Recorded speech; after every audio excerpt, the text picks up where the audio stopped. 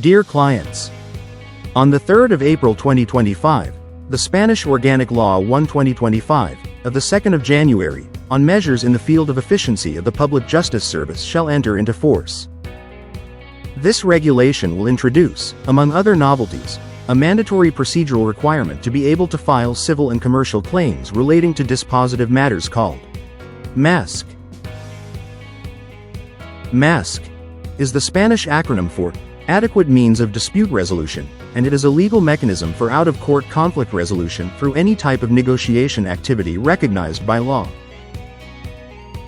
From the 3rd of April on, civil or commercial lawsuits will not be admitted, with certain exceptions, if a MASC is not previously attended and it is proven that the object of the negotiation has been the same, and that an attempt has been made to find a solution by negotiating in good faith.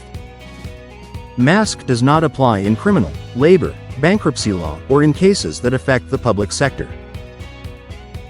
The law requires you to go to a MASC and try to reach an agreement in good faith, but it gives freedom to the parties about the result.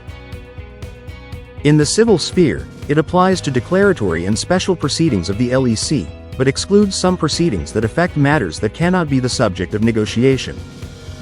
It is not required for enforcement claims, precautionary measures, preliminary proceedings, non-contentious jurisdiction proceedings without judicial intervention, European order for payment and small claims proceedings. The regulation provides for 6 types of MASC, which can be done in person or online. Negotiation between the parties. Confidential binding offer. Collaborative law proceeding. Mediation. Conciliation. Opinion of an independent expert.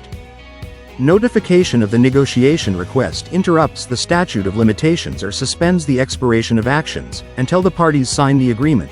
The negotiation ends without an agreement or until certain deadlines have elapsed to avoid undue delay.